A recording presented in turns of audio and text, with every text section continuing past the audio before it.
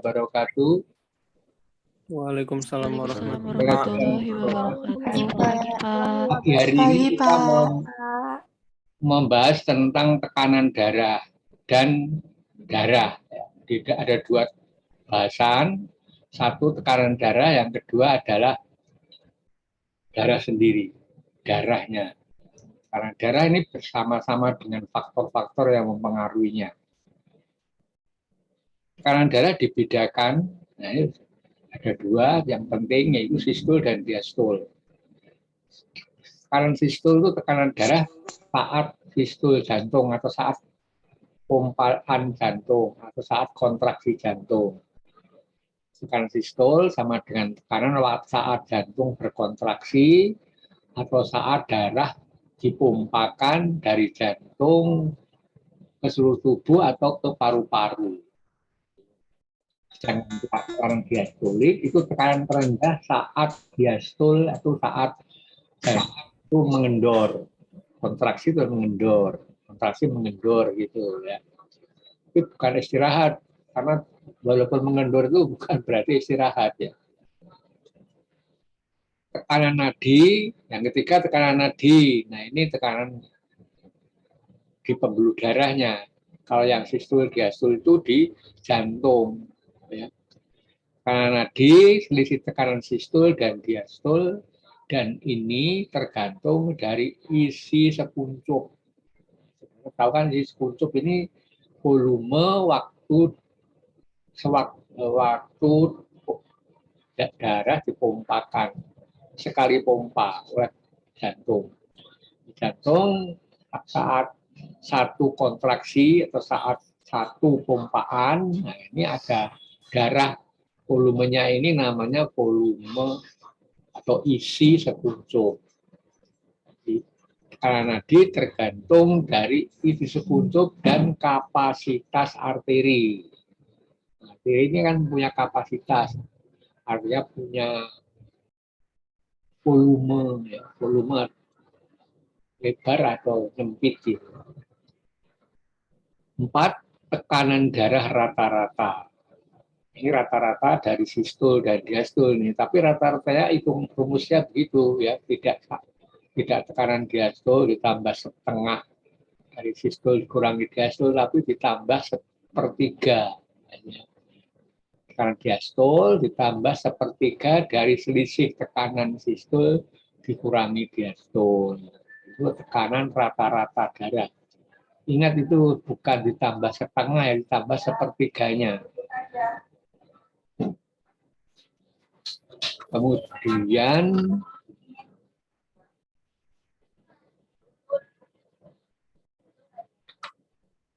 analisa gelombang nadi. Waktu kita memeriksa nadi, nah gelombangnya kita analisis, maksudnya gitu. Gelombang itu ya yang kita meraba itu, meraba arteri atau dengan palpasi pada arteri. Itu kemudian kita analisa perasaan ujung jari kita ini, kemudian kita analisa satu atau A, frekuensi nadi. Ya, frekuensi ini kita hitung berapa 1 menit, berapa kali 1 menit. Kemudian irama denyut nadi. Nah, waktu kita meraba dengan ujung jari ini, kita juga bisa merasakan iramanya ini teratur atau kadang-kadang jauh, kadang-kadang dekat, gitu ya, teratur atau tidaknya. Normalnya kan dek dari denyut satu ke denyut lain ini, yang kedua itu jaraknya teratur. Tapi kalau tidak teratur namanya aritmia. Kalau aritmia tidak teratur, irama atau ritmenya tidak teratur. Kalau tidak teratur itu aritmia. Yang ketiga itu atau C, amplitudo, kuat atau lemahnya denyut nadi. Ini juga kita rasakan di ujung jari kita yang meraba tadi itu. Palpasi itu nama lainnya perabaan ya. Perabaan sehingga tapi dengan ujung jari 3 biasanya. Jadi kita tempelkan pada area radialis, pada pergelangan tangan, ini kita tahu kuat lemahnya diut nadi tergantung isi sekucup dan banyaknya darah yang mengalir selama diastol dan elastisitas dinding pembuluh darah. Jadi kita menilainya saat diastol bukan saat sistol. Ya, karena sudah sampai di arteria radialis itu waktu deknya itu ya terasa sistol, tapi waktu setelah itu diastol. Itu ya, yang amplitudo itu dilihatnya saat diastol. Tergantung ini elastisitas di pembuluh darah. Kalau pembuluh darahnya masih elastis, orang-orang muda seperti saudara, dinding pembuluh darahnya masih elastis, lentur maksudnya. Tapi kalau yang sudah tua, kaku, rigid. Yang keempat, ketajaman gelombang. Satu sama lain ini bisa pendek, bisa panjang. Ketajaman gelombang itu pendek atau panjang gelombang. Hubung dengan kekuatan biut nadi dari itu. Ini ada 4 yang harus kita nilai. Frekuensi, ritme, amplitudo, dan ketajaman gelombang. Dan ini tentu dengan latihan. Kalau tiap hari latihan atau sering latihan ya nanti hafal. Bisa menganalisa keempat-empatnya ini. Lama ini. Kemudian seterusnya yaitu faktor yang mempertahankan atau mempengaruhi tekanan darah. Ada 4 juga ini.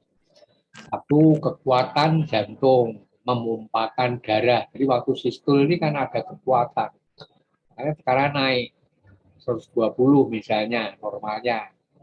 Tapi kemudian mengendor, diastol. Nah, makanya tekanan darah ini tergantung itu. Yang mempertahankan tekanan jantung ini. Memumpakan darah. Kemudian yang kedua, viskositas darah atau kekentalan darah yang disebabkan oleh protein plasma dan jumlah sel darah. Jadi kekentalan tergantung dari jumlah protein plasma dan jumlah sel darah. Itu ya. Kemudian yang ketiga, elastisitas, kelenturan dinding pembuluh darah. Pada arteria tekanan lebih besar karena dinding arteri lebih elastis daripada vena. Vena ini kurang elastis, kurang lentur. Apalagi darahnya pernah mengalir pada kapler-kapler yang jumlahnya banyak, lalu darah mengalir ke vena. Kemudian 4, tahanan perifer. Tahanan yang dikeluarkan oleh darah yang mengalir dalam pembuluh darah di dalam sirkulasi. Tahanan ini biasanya menghambat, ya, tahan, hambatan. Tahanan ini, pembuluh darah ini bisa meningkat atau bisa juga menurun, tergantung dari lebar atau sempitnya pembuluh darah perifer. Pembuluh darah perifer itu meliputi arteriola dan kapiler. Itu tekanan darah perifer di situ. Itu ada tahanan perifer yang bisa berubah-ubah, ya.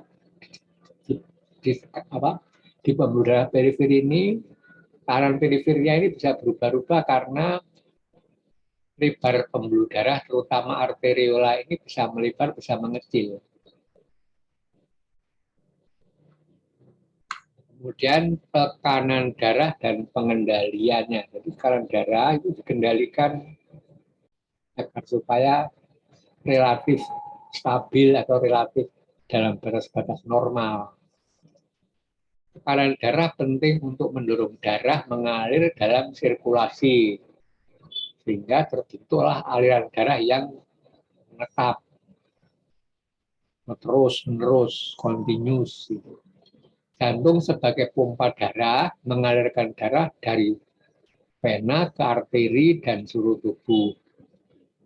Dari vena itu darah balik, kemudian ke jantung, kemudian dipompakan di seluruh tubuh. tekanan puncak dalam arteri sekitar 120 mm air raksa saat sistol. Normalnya begitu.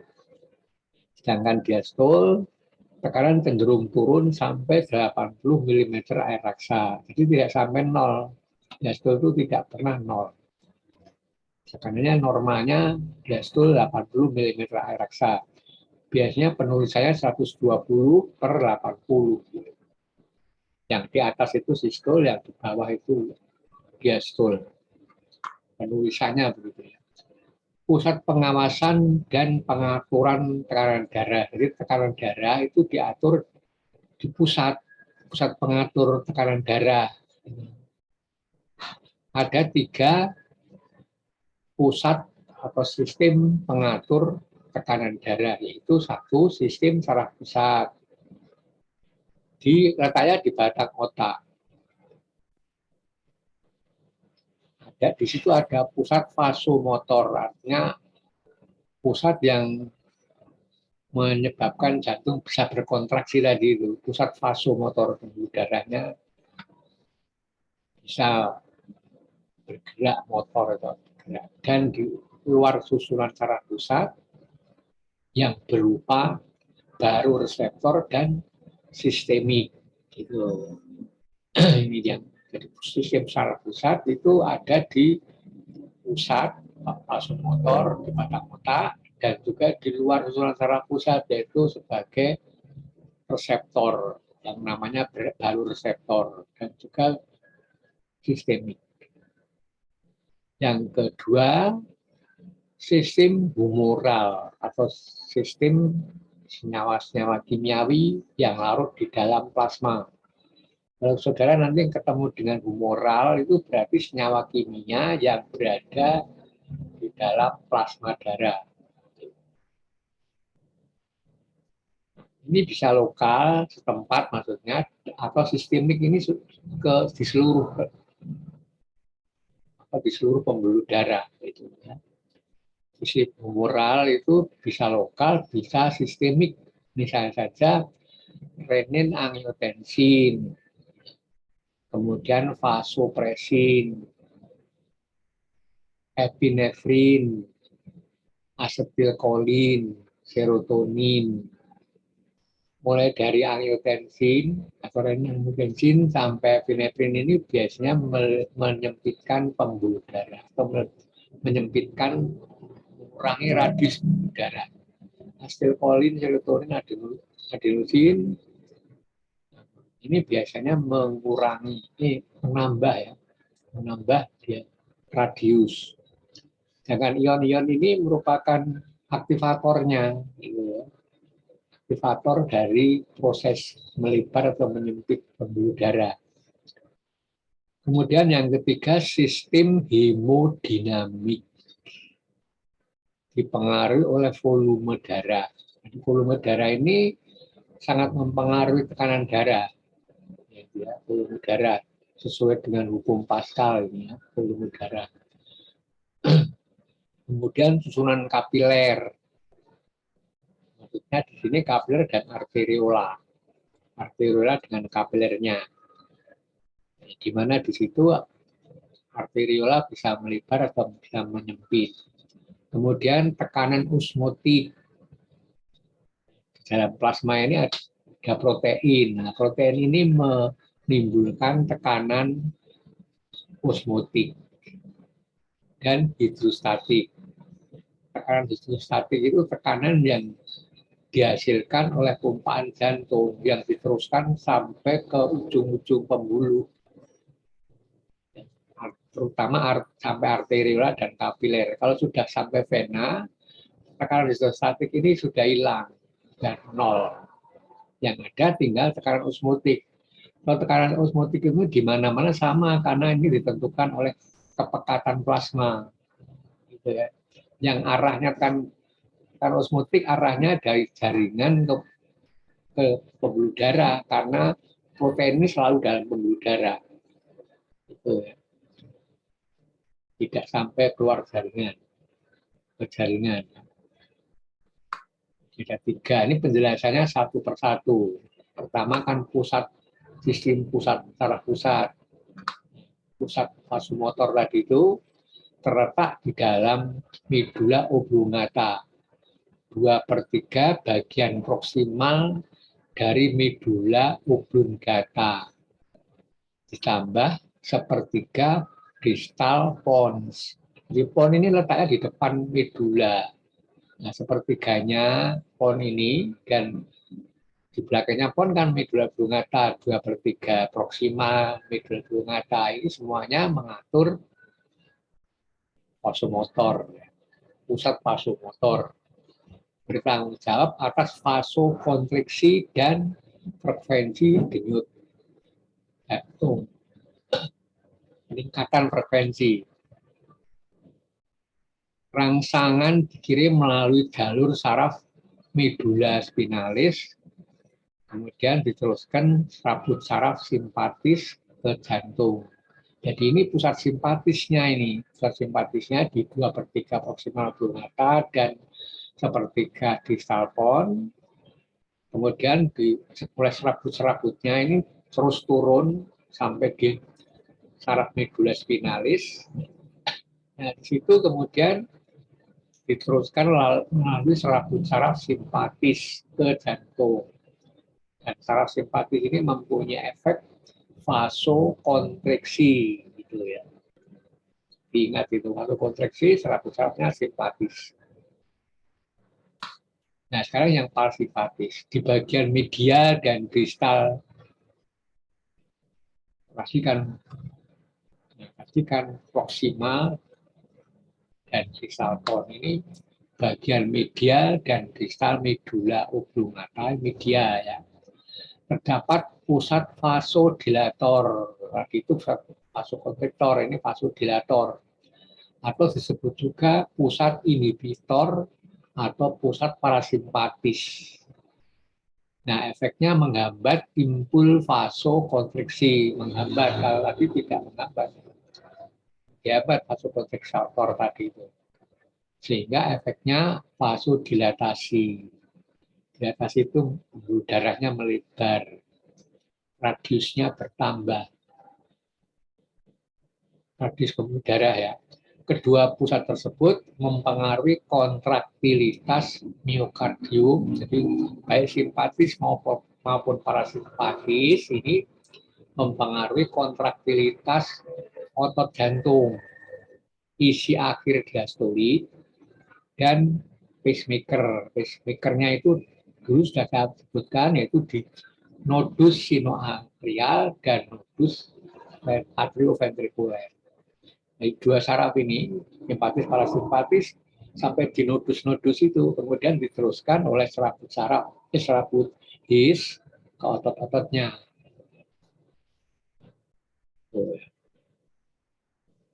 Juga memelihara tekanan perifer dalam batas-batas normal. Ini memelihara radius dari arteriola dalam batas-batas normal. Kemudian refleks vaskuler melalui pusat vasomotor. Jadi ada refleks vaskuler ini ya. Serabut aferen yang menuju pusat vasomotor berasal dari baroreseptor. Jadi baroreseptor tadi itu letaknya di pembuluh darah biasanya. Reseptor yang letaknya di pembuluh darah, yang menerima rangsangan, kemudian diteruskan ke pusat. Makanya disebut serabut aferen menuju pusat, berasal dari baroreseptor, yaitu ujung saraf penerima rangsang tekanan arteri. Baro itu kan tekanan, jadi menerima rangsang tekanan arteri. Dan yang satu lagi yaitu kemoreseptor, ujung saraf pada dinding pembuluh darah ini semuanya ya, baik baro maupun kemoreseptor ini reseptor yang terletak di pembuluh darah. Ujung saraf penerima rangsang kimiawi. Ini letaknya pada aorta dan arteri karotis. Rangsang pada pusat vasomotor dapat juga langsung. Jadi selain dua tadi itu, baru reseptor dan kemoreseptor, rangsangan bisa juga dari penurunan oksigen darah dan juga peningkatan CO2 darah.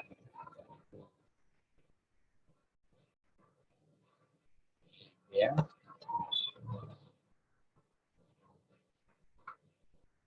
Nah, ada lagi pusat satu, yaitu pusat di hipotalamus. Di hipotalamus tadi kan di medula oblongata dan pons. Ini hipotalamus.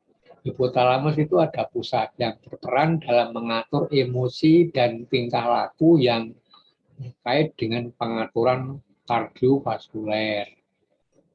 Tidak ada emosi, emosi dan tingkah laku ini pusatnya ada di hipotalamus yang turut mengatur sistem pembuluh darah dan jantung. Rangsang pada hipotalamus anterior menyebabkan penurunan tekanan darah dan bradikardi. Tekanan darah turun, bradikardi itu frekuensi denyut jantungnya turun, bradi itu turun. Rangsang pada hipotalamus yang posterior, yang belakang, bagian belakang itu meningkatkan tekanan darah dan takikardi. Takikardi berarti meningkatkan frekuensi denyut jantung. Hipotalamus dapat mengatur keseimbangan suhu. Di hipotalamus juga ada pusat pengatur suhu. Ada juga pusat pengatur tekanan darah juga di situ. Tapi berhubungan dengan emosi dan tingkah laku. Hipotalamus dapat mengatur keseimbangan suhu tubuh dengan mempengaruhi pembuluh darah kulit. Darah kulit ini bisa melebar, bisa menyempit. Kemudian yang kedua sistem humoral. Jadi kan tadi kan nomor satu kan. Nah, ini. Nah, sistem sarkosa sekarang sistem humoral. Penjelasannya di sini. Sistem humoral pengendalian tekanan darah yang diperankan oleh hormon. Nah, perlu saudara ketahui bahwa saat ini ya, renin angiotensin, vasopressin, epinefrin, serotonin, ini termasuk hormon atau neurotransmitter. Hampir sama itu antara neurotransmitter, hormon ini kan sama. Asilkolin ini neurotransmitter, serotonin juga. Dipengaruhi oleh hormon. Bahan kimia yang mempengaruhi tekanan darah pada sistem taran perifer. Jadi di taran perifer itu kan ada di arteriol dan kapiler ya. Bahan kimianya yang mempengaruhi adalah bradikinin, histamin, serotonin. Ini menimbulkan penambahan radius atau dilatasi arteriola. Itu ya.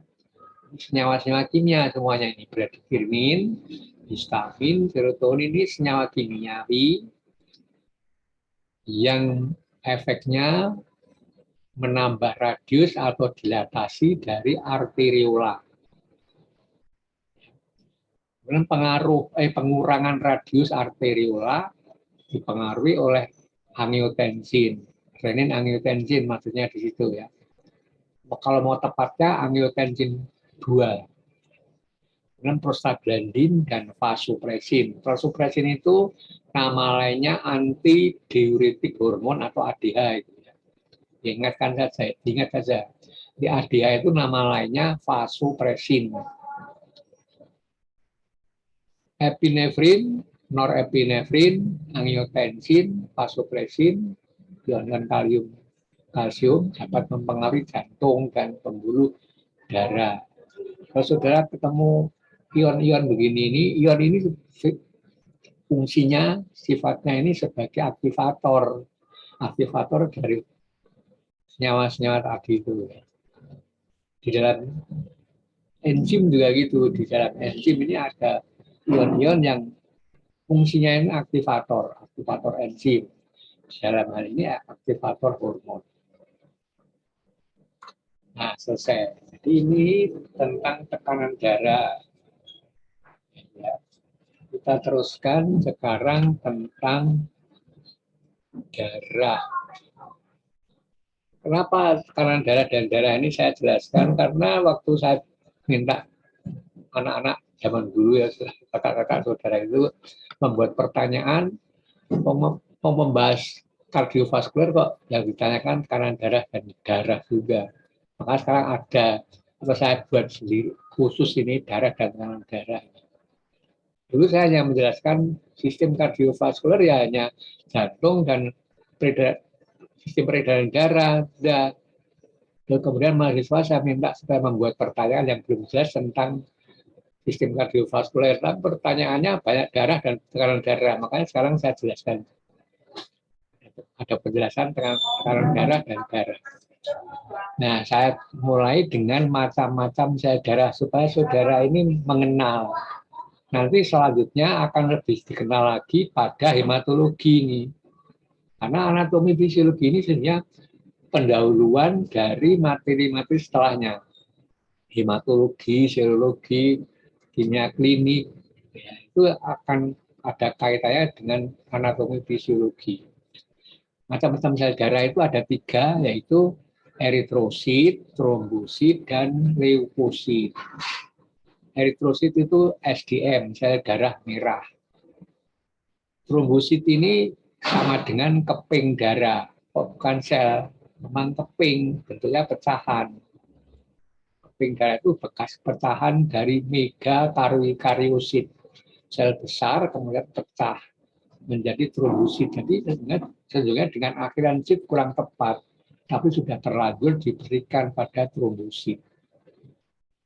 Leukosit sel darah putih SDP dibedakan. Ada 3 ini jenis.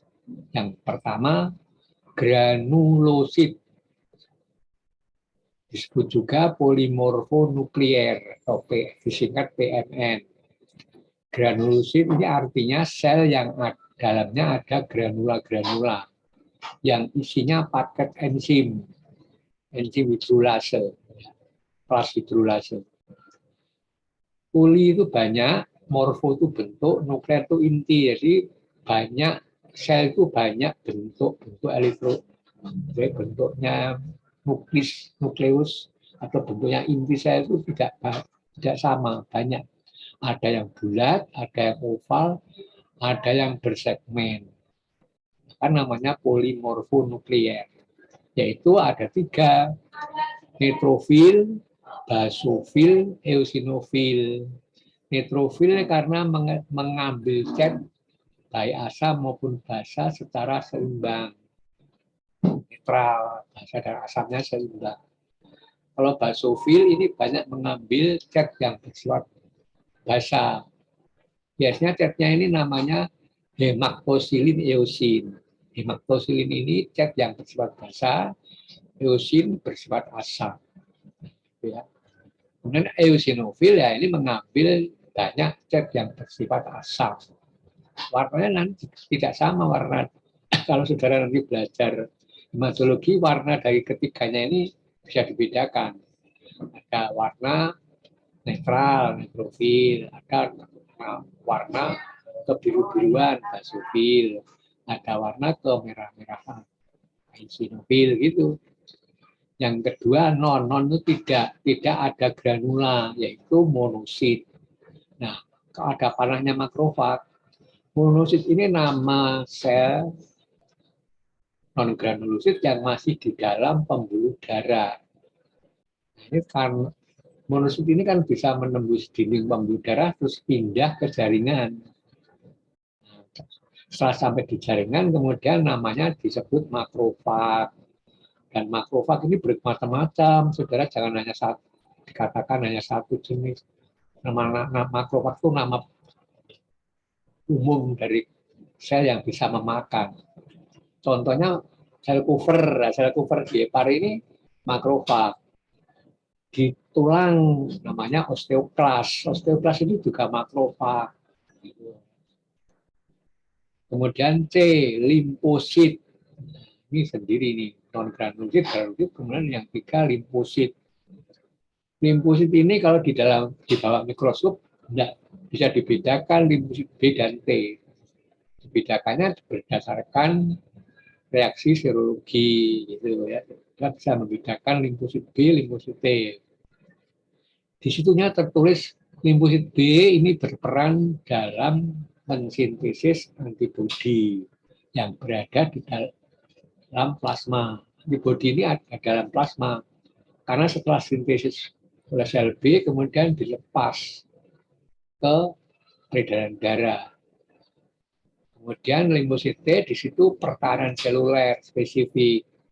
Karena limfosit T ini kalau sudah teraktivasi, dia bisa mengenali sel lain yang terinfeksi virus atau bakteri gitu.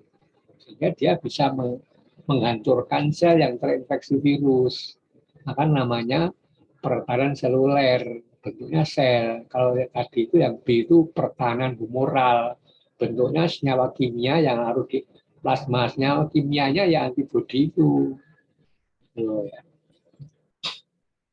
Kemudian ini penjelasan satu persatu tentang darah lengkap, whole blood. Darah whole blood 6-8% dari berat badan atau 66-78 ml per kilogram berat badan. Biji berat jenis 1,0601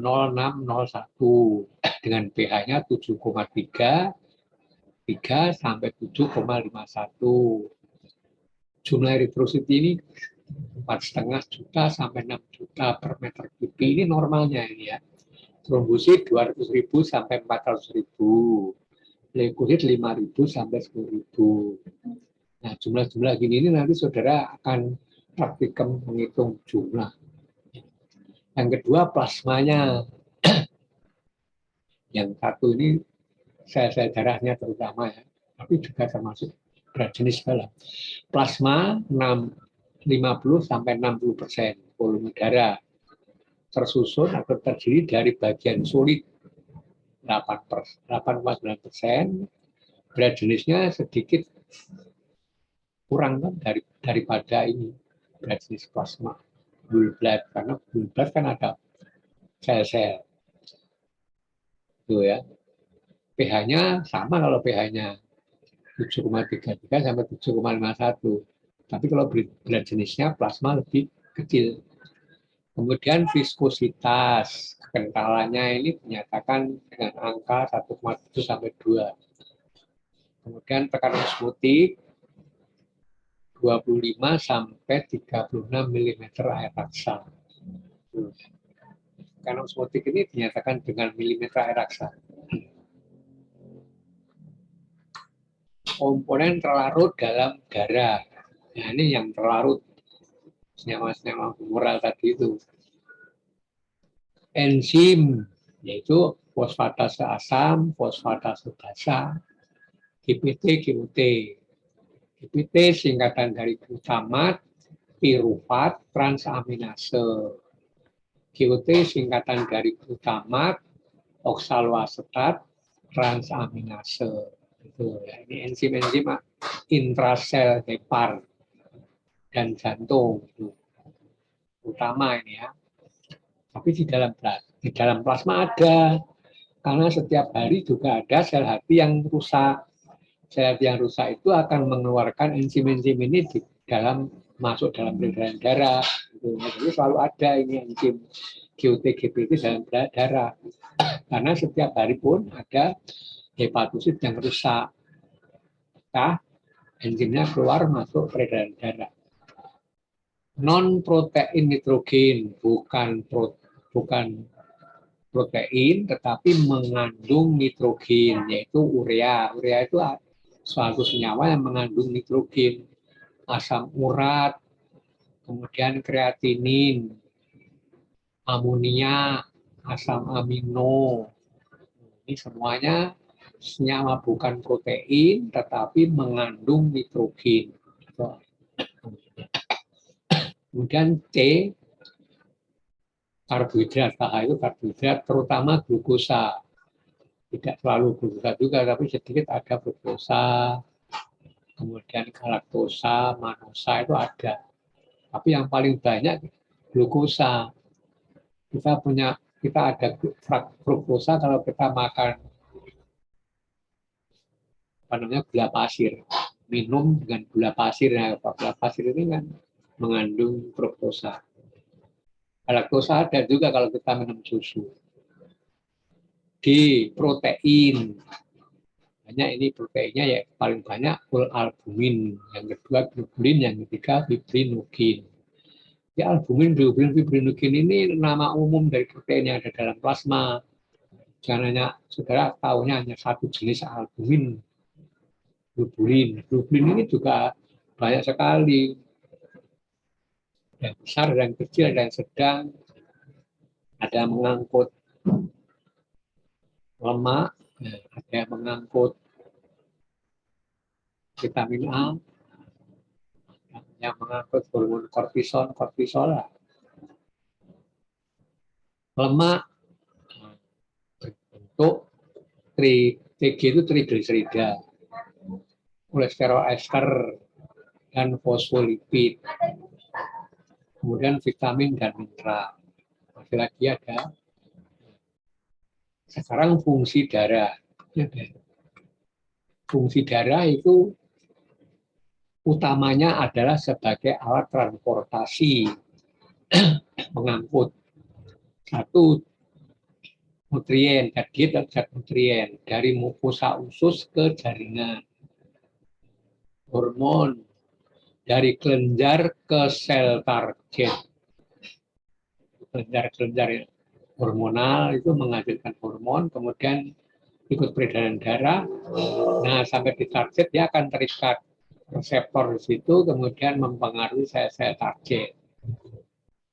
C, metabolit ke alat ekskresi. Metabolit ini maksudnya hasil metabolisme sel. Ya, jadi hasil metabolisme sel ini dibawa oleh darah, kemudian dibuang ke alat ekskresi. Alat ekskresinya contohnya ginjal dan paru-paru. Kemudian yang kedua, sebagai alat pengatur suhu. Ada alat pengatur, itu ada alat pengatur keseimbangan cairan tubuh dan juga pH. Fungsi darah itu. Mengatur pH, pengatur keseimbangan cairan, dan mengatur suhu tubuh. 3, sebagai pencegahan. Mencegah darah yang dengan sistem pembekuan darah. Penggumpalan darah. Pembekuan darah itu sama dengan penggumpalan darah. Darahnya menggumpal, menutup luka sehingga tidak banyak darah kebuang. Jangan banyak darah keluar dari pembuluh darah. Yang keempat, pertahanan. Pertahanan sama pencegahan ini ya, hampir sama, tapi sebetulnya maksudnya lain. Pertahanan adanya sel-sel leukosit dan imunoglobulin. Imunoglobulin ini globulin, tetapi fungsinya sebagai komponen sistem kekebalan imun. Dengan perkataan lain, imunoglobulin itu ya antibodi itu. Maksudnya di situ. Walaupun tidak hanya antibodi saja, karena ada CRP, interferon, ini semua juga globulin bentuknya. Tapi yang paling banyak imunoglobulin. CRP, interferon, komplement ini juga protein globuler. Kemudian protein plasma. Nah, khusus protein plasmanya. Khusus protein plasma. Yaitu albumin, globulin, fibrinogen tadi itu. Sumber protein plasma itu hati dan sel plasma.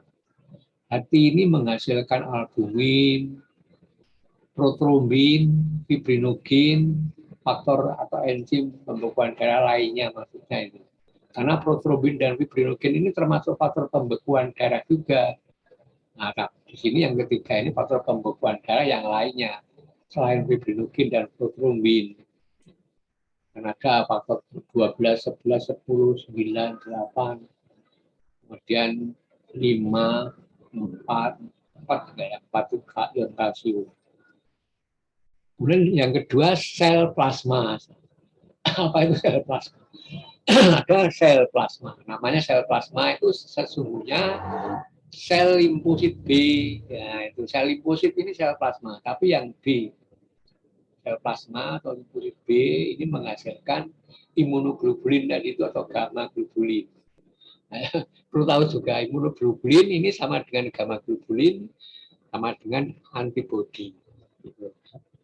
Dengan bingung kok ada gamma globulin. Gamma globulin ini contoh salah satu dari imunoglobulin. Gamma globulin ya. Jaringan limfoid ini kemarin sudah kan limfonodi ini menghasilkan antibodi gitu kan. Nah, kemarin sudah sampai di sistem limpatik, limfonodi itu menghasilkan antibodi gamma globulin atau imunoglobulin. Jadi dua ini, hati dan sel plasma atau limfosit B.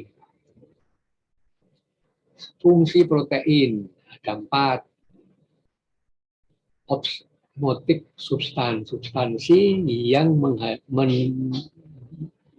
menimbulkan tekanan osmotik. Nah, tekanan osmotik ini mengatur distribusi cairan tubuh. Ya, mengatur distribusi cairan tubuh karena setelah cairan sampai di arteriola dan kapiler kan bagian masuk ke jaringan. Kemudian nanti kembali lagi lewat ke jantung, tapi di dalam kapiler dan vena ini masuk melalui energi atau tenaga dari tekanan osmotik. Sehingga di sini dianggap osmotik substan ini mengatur distribusi cairan tubuh. Kemudian kedua, bagian dari sistem dapar darah. Dapar itu artinya ya buffer, sistem buffer darah. Sistem buffer ini mengatur supaya pH darah ini tidak mudah berubah. Tidak mudah berubah. Ada asam, nah turunnya itu asam kan turun. pH-nya turun tapi tidak banyak. Ada basa juga begitu, tidak naik terus, jauh. Bagian sistem dapat darah karena di dalam darah terdapat protein. Protein ini sifatnya amfoter. Amfoter kan tahuan saudara. Dan suasana asam dia bersifat basa. Dalam suasana basa protein tadi bersifat asam. Maka protein ini mengatur sistem dapar darah. Bagian dari sistem imunoglobulin, yaitu gamma globulin atau antibodi. Jadi imunoglobulin sama dengan gamma globulin sama dengan antibodi. Yang keempat sebagai transport atau pengangkut zat tertentu. Nanti ada ya. Contoh zat yang diangkut. Nanti. Ini sekarang kuantitas protein plasma. Secara jumlah protein plasma ini begini nih. Albumin 53 sampai 65%. Jadi paling banyak 53 kan sudah lebih dari separuh. Globulin hanya 29,5 sampai 41% yang terdiri dari alfa 1, alfa 2, beta dan gamma. Ya, perhatikan di sini gamma ini banyak juga ini. Nah, ya kan? Yang lain-lain kan sedikit. Fibrinogin ini 6,5%. Kemudian albumin. Masing-masing protein tadi itu kita uraikan lagi fungsinya. Albumin fungsi utamanya mengatur distribusi cairan karena tekanan osmotik plasma ini ditentukan oleh albumin. Karena dia paling banyak, ya paling banyak lebih dari separuh itu. Fungsi lainnya sebagai transport juga, transport zat maksudnya. Nah, perlu diingat bahwa senyawa-senyawa kimia yang tidak larut di dalam air, ini di dalam plasma diangkut oleh protein. bisa albumin, bisa globulin, gitu ya. Albumin ini biasanya mengangkut asam lemak bebas dari hati ke jaringan perifer. Nanti disimpan di jaringan perifer. Gitu.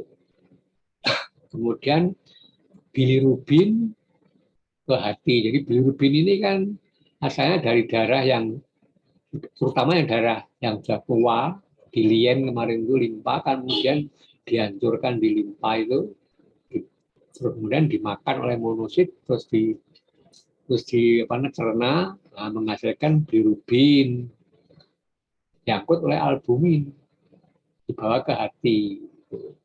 Nah, bilirubin yang dibawa ke hati oleh albumin ini, bilirubinnya masih belum langsung atau indirect, larutnya di dalam lipid, maka diangkut oleh albumin. Baru nanti setelah masuk di sel hepar, baru digabung dengan asam glukuronat menjadi bilirubin diglukuronat atau bilirubin direct, itu ceritanya. Nanti akan sampai, nanti setelah Pak Zakaria, jadi setelah saya ini ya, ini sekarang kan saya terakhir untuk sistem kardiovaskuler, terus Pak Zakaria 2 kali, terus saya lagi 2 kali tentang hati, dengan hati ya, hati yang empedu pankreas. Jadi setelah minggu depan saudara sudah istirahat dulu dengan saya, diganti Pak Zakaria 2 kali, kemudian baru saya tentang hepar. Ini pembawa ion kalsium juga, karena kalsium ini tidak harus di air, diangkut oleh albumin. Hormon steroid ini juga diangkut albumin. Triptofan ini asam amino yang tidak larut dalam air, juga diangkut albumin. Obat, kalau saudara mendapat suntikan penisilin, ya nanti diangkut oleh albumin. Aspirin, bifumarol, dan sulfonamid. Nah, sekarang yang globulin. Globulin dalam bentuk mukoprotein, glikoprotein, lipoprotein, gamma globulin. Ini bentuk-bentuk globulin ini contohnya mukoprotein. Muko ini lendir, jadi seperti lendir. Saudara, ludah itu kan mukoprotein itu, mulur itu, glikoprotein, gabungan protein dengan karbohidrat, lipoprotein, protein dengan lipid. Ya. Kemudian ini contohnya ini, satu retinol binding globulin. Globulin yang mengikat retinol. Retinol itu nama lain vitamin A. Makanya ini gabungan antara globulin alfa 1 dengan vitamin. Vitamin A ini kan tidak larut di air, di dalam plasma juga diangkut dengan globulin. Ya. Tiroksin binding globulin. Nah, tiroksin ini hormon yang tidak larut di air, maka diangkut oleh globulin. Globulinnya alfa 1.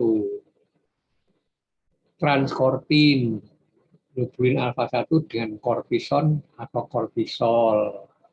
Kalau saudara melihat tulisan on sama ol ini, saudara harus ingat kortison berarti punya gugus keton, kortisol punya gugus hidroksil. Bedanya begitu. Efeknya sama, efek kerjanya. Seruloplasmin. Seruloplasmin itu globulin alfa 2 yang mengangkut tembaga. Haptoglobin, globulin alfa 2 yang mengangkut Hb atau hemoglobin. Hemoglobin ini sebelum dicerna oleh monosit, ya, diangkut dulu oleh globulin. Nah, baru dimakan monosit, baru dikeluarkan lagi menjadi bilirubin. 6. Transferin, globulin beta yang mengangkut besi. Kemudian yang ke-7 CRP. CRP itu singkatan dari C ini C. R itu reaksi. P protein reaksi. CRP.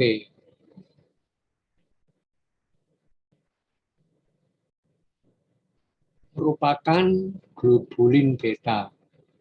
Nanti saudara pertama kali praktikum imunologi serologi mengukur konsentrasi CRP ini.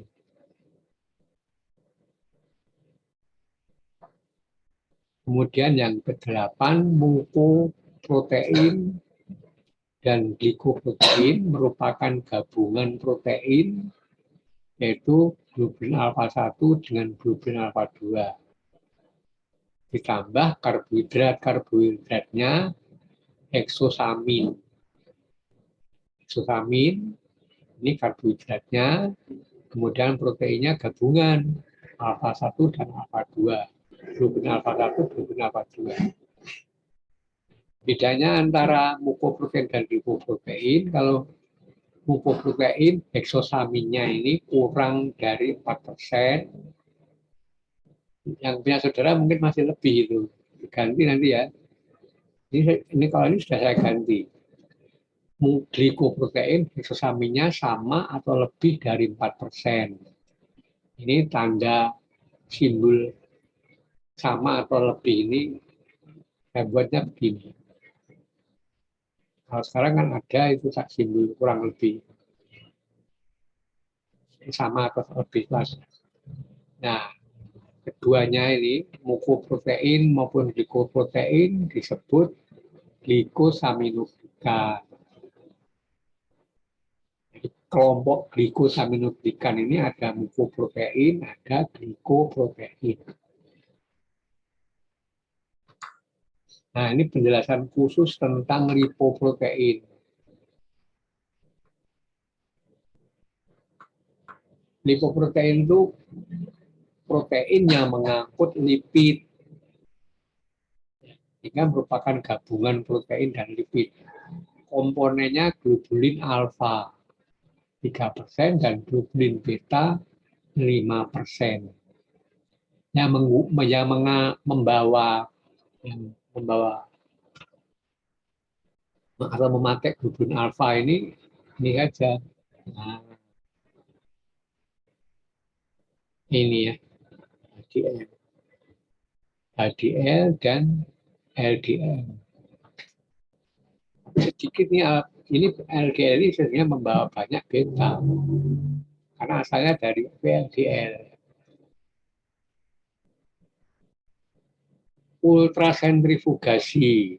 Nah, dengan maksudnya itu gini, di dalam plasma lipoprotein ini supaya bisa dipisahkan ada HDL, LDL, VLDL, omikron ini dilakukan dengan ultrasentrifugasi, itu maksudnya gitu. Jadi fraksi-fraksi ini HDL, LDL, VLDL, omikron ini bisa dibedakan dengan cara dilakukan ultrasentrifugasi. Saudara juga akan melakukan sentrifugasi, tapi sentrifugasi yang biasa.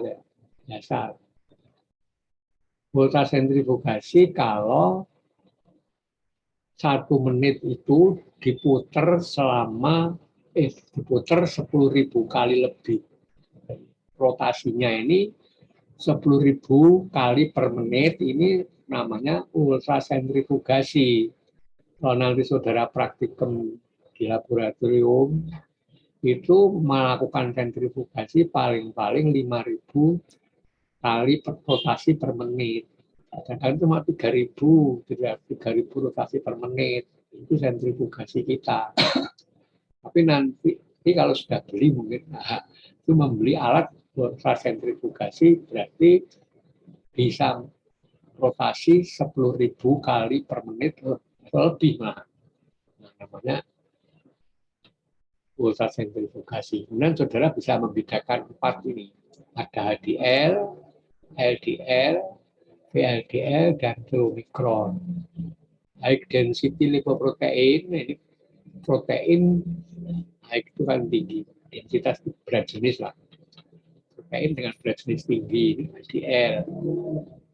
Karena berat jenisnya tinggi, kalau saudara sentrifugasi ultra ini letaknya di bawah, paling berat soalnya.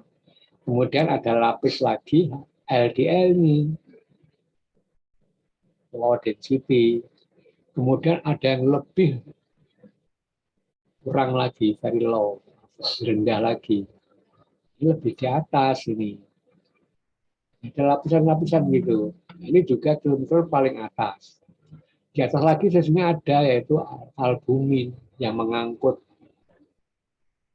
senyawa-senyawa kimia yang tidak larut. Di urutan-urutannya paling bawah HDL, kemudian ke atas, fraksi ke atas LDL, VLDL, kemudian ke albumin paling atas. Nah, selain dengan ultrasentrifugasi, bisa juga ini dibedakan dengan cara dilakukan elektroforesis gel. Nah, saya dengar analis sudah punya sekarang. Waktu zaman saya masih aktif dulu di analis, belum punya elektroforesis gel. Sekarang udah. Kandungan protein ini, kandungan lipid dalam protein. Lipoprotein itu ini. Jadi proteinnya, lipidnya hanya ini ya, 4 macam ini. Fosfolipid, kandungannya itu fosfolipid, kolesterol bebas, kolesterol ester, dan TAG. Kandungan dari lipoprotein. Nah ini jumlahnya, prosentasenya ini. Jadi komposisinya ini. Ada fosfolipid 20%, kolesterol bebas 2%, kolesterol ester 13%, triacilglycerol 6%. Kita bisa melihat di sini yang paling banyak kolesterol yang mana. Nah, ini paling banyak. VLDL, LDL, banyak kolesterolnya ini di total. Yang triacilglycerol yang paling banyak punya kilomikron. LDL juga ada kolesterol, tapi sedikit nih. Kemudian gamma globulin, ini imunoglobulin tadi itu. Ini dibedakan 5. Bedanya itu hanya berdasarkan berat jenis, berat molekul. BM itu berat molekul. Berat molekul yang paling kecil itu IgG ini, gini. Paling kecil 150 dalton, 1000 dalton. Yang imunoglobulin A, BM-nya 160.000 sampai 400.000 dalton. Yang paling berat ini IgM, berat molekulnya 900.000 dalton. Dan yang terakhir fibrinogin. Fibrinogin ini merupakan perajat fibrin. Jadi fibrinogin ini ada dalam plasma. Nanti akan menjadi fibrin kalau ada proses yang mengkatalisis fibrinogin dari fibrin. Gitu ya. Fibrin merupakan anyaman yang dapat menutup luka. Karena ini berupa benang-benang yang tidak larut, kemudian menutup luka, menjaring sel-sel darah jadi bekuan. Itu fibrin.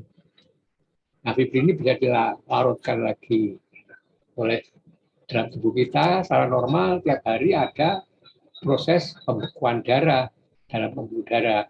Tapi ada proses juga fibrinolisis. Nah, fibrin yang terbentuk langsung dilisiskan, dilarutkan lagi, sehingga tidak ada bekuan. Normalnya begitu. Nah, ini sampai di sini ya. Proses penggumpalan darah ini sebenarnya tidak akan saya jelaskan, tapi biarlah. Proses pembekuan darah nanti kenakan lagi di hematologi soalnya. Satu, pembentukan tromboplastin. Langkah-langkahnya ini 1, 2, 3 ini. Terus pengumpulan darah menurut Howell itu langkah pertama itu pembentukan tromboplastin, yaitu senyawa-senyawa yang mengkatalisis tahap 2 ini. Tromboplastin ini akan mengkatalisis protrombin menjadi trombin, maksudnya gitu ya. Mengkatalisis tahap keduanya ini berubah protrombin dari trombin ini oleh enzim tromboplastin. Saya katakan enzim karena dia bekerja seperti enzim. Protrombin ini dibuat di hati yang waktu membuatnya memerlukan vitamin K. Kurang vitamin K, protrombinnya sedikit atau kurang, sehingga mudah terjadi perdarahan karena darahnya tidak bisa mudah membeku. Gitu. Nah, proion kalsium ini fungsinya sebagai katalisator enzim, umumnya begitu, untuk menjadi trombin. Jadi protrombin ini menjadi trombin oleh tromboplastin, katalisatornya ion kalsium. Trombin bersifat autokatalisator. Jadi kalau sudah jadi trombin, ini bisa mempengaruhi protrombin menjadi trombin juga. Namanya autokatalisator. Auto itu sendiri mengkatalisis dirinya sendiri, kelompoknya sendiri. Trombin mengkatalisis protrombin jadi trombin juga. Juga trombin ini mengkatalisis tahap ketiga yang ini. Fibrinogen jadi fibrin. Jadi fibrinogen oleh trombin jadi fibrin.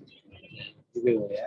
Ini proses pengumpulan darah menurut gue secara garis besar. Faktor-faktor pembekuan darah. Nah, ini faktor-faktornya banyak. Aktivitas tromboplastin. Tromboplastin ini dibentuk dulu melalui aktivitas ini. Senyawa-senyawa yang bersifat tromboplastin berasal dari plasma berupa faktor 5, 8, 9, 10, 11, dan 12. Trombosit kontak dengan permukaan kasar, kemudian trombosit pecah. Maka namanya trombosit karena kalau pecah menghasilkan tromboplastin. Gitu. Ya, bukan tromboplastin. Trombin pecah menghasilkan tromboplastin, kemudian nanti terjadi pembekuan darah. Dari jaringan juga ada namanya tromboplastin jaringan, sumber tromboplastin yang dari luar pembuluh darah. Kalau yang 1-2 ini kan di dalam pembuluh darah. Dan kemudian faktor-faktor yang bersifat mempercepat pembekuan darah, yaitu ada satu autokatalisator trombin tadi. Jadi autokatalisator ya trombin sendiri. Trombin ini sebagai faktor yang mempercepat pembekuan darah. Yang kedua, vasokonstriktor darah luka. Darah luka ini nanti akan mengalami vasokonstriksi supaya darah tidak banyak keluar. Ini refleks saraf. Refleks vasokonstriksi darah luka. Refleks itu ya yang mengatur saraf. Vasokonstriksi darah luka. Penekanan massa gumpalan di darah luka. Kalau sudah luka kemudian ditekan, dipencet darah nggak keluar. Pelepasan serotonin oleh trombosit pecah, terjadilah vasokonstriksi. Serotonin ini menyempitkan pembuluh darah di situ. Kemudian faktor-faktor yang bersifat menghambat tadi itu meningkatkan, mempercepat, ini menghambat. Heparin contohnya, heparin itu ada dalam sel mas. Sel apa sel? Sel itu asalnya massa dari basofil. Nama basofil ini sel yang masih dalam pembuluh darah. Kalau basofil pindah atau migrasi ke jaringan, bukan basofil lagi, namanya mast cell. Gitu. Ya, perlu tahu ini saudara. Mast cell ini ada dalam jaringan. Kalau basofil dalam pembuluh darah.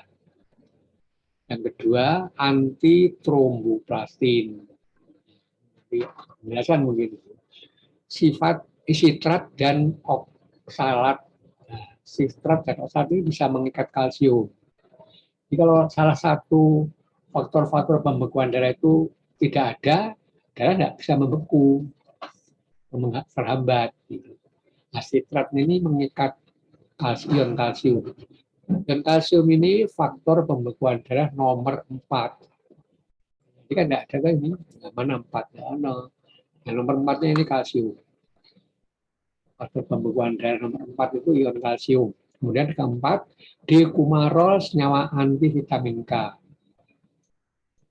Yang kelima, difibrinasi dengan batang pengaduk dari kaca. Fibrin akan melekat dan tidak terjadi pembekuan darah. Jadi pengaduk kaca ini pukul-pukulkan ke bekuan nanti akan tidak jadi beku. Gitu ya. Pukul-pukulkan ke bekuan nanti tidak akan membeku karena terjadi defibrinasi.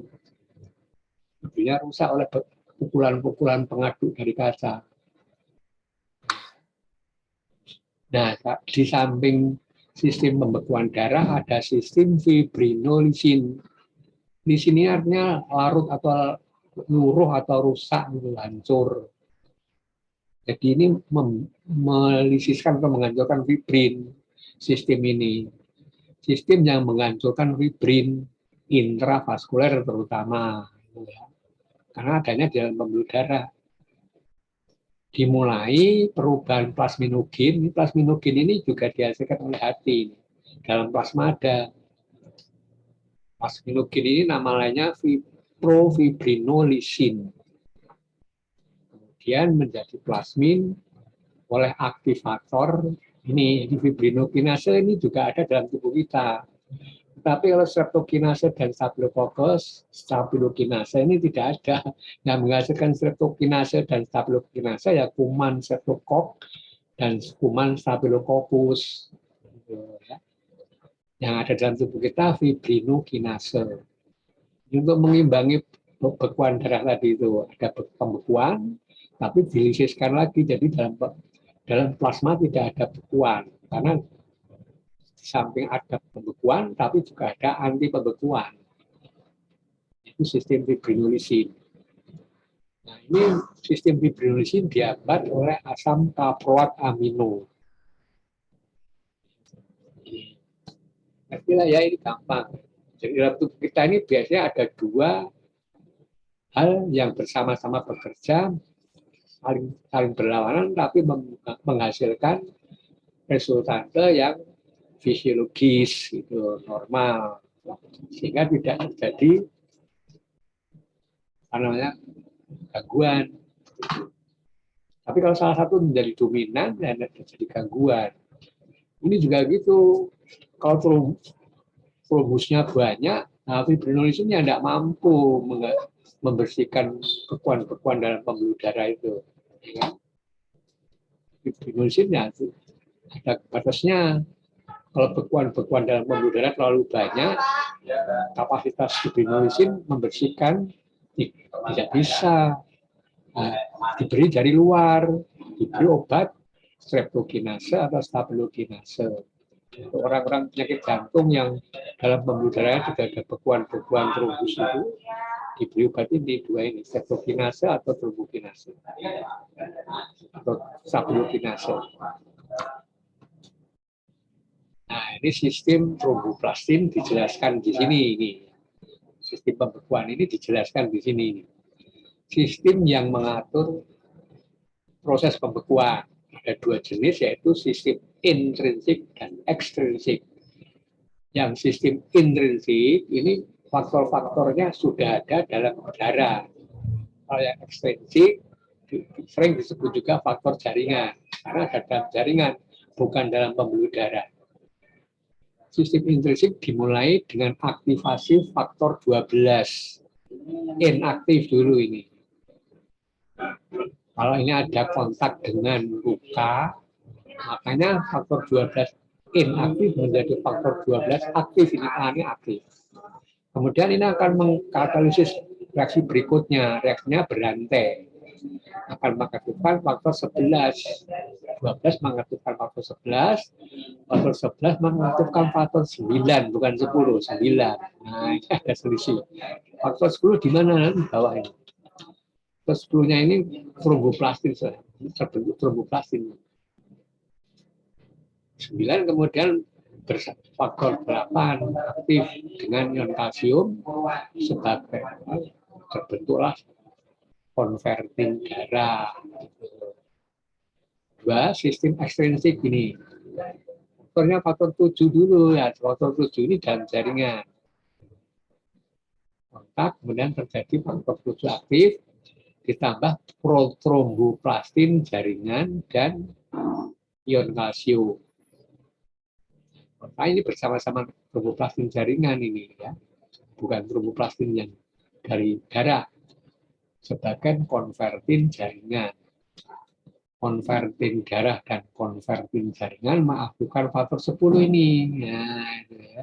Dia mengaktifkan faktor 10, bukan faktor 11, tapi faktor jaringan. Atau konvertin darah dan konvertin jaringan. Mengaktifkan faktor 10, faktor 5, bersama dengan sefalin akan terbentuk tromboplastin atau protrombinase. Enzim kan ini berarti pakai ase artinya enzim. Nah, protrombinase akan mengaktifkan faktor 2 itu protrombin. Nah, tromboplastin ini menjadi trombin. Trombin mengaktifkan fibrinogen menjadi fibrin. Ini sistem tromboplastin itu. Nah, selesai. Saya rasa itu secara garis besar saja. Nanti akan diulang lebih mendetail di hematologi. Tugas juga nanti ya, selanjutnya sudah dapat tugas seperti biasa itulah membuat 3 pertanyaan tentang tekanan darah dan darah, termasuk bekuan darah juga boleh. Karena dulu mahasiswa kakak saya itu nanyanya banyak itu malah. Yang sistem kardiovaskuler itu malah sedikit banyak pertanyaan. Yang banyak malah penyakit, karena darah. Penyakit jangan tanyakan sekarang dulu. Nanti ada mata kuliah patofisiologi ditanyakan di situ. Yang sifatnya penyakit ini nanti tanyanya di patofisiologi. Kalau yang sekarang hanya anatomi fisiologi. Saya rasa ini saja dulu. Selamat siang, sampai ketemu lagi. Wassalamualaikum warahmatullahi wabarakatuh ya. Selamat siang. Waalaikumsalam warahmatullahi Masih ada yang wabarakatuh. lupaan. Paling lambat hari Minggu ya ininya. Siap, Dok. Nah, masih ada yang Baik, kemarin. Pak. Baik, Hari Minggu pertanyaan saya terima. Kemudian minggu depan Pak Zakaria dulu ya 2 kali ya. Siap, Pak. Pak. Kemudian baru saya nanti dihubungi minggu ketiga dari sekarang. Pak Zakaria, terus saya selesai UAS. UAS atau UTS? UAS ya. Saya rasa itu. Terima kasih. Selamat siang, sampai jumpa. Baik, Pak. Terima kasih. Pak, terima kasih, Mbak. Ya. Nah, Terus Mbah Nuwun nggih, Pak. Eva.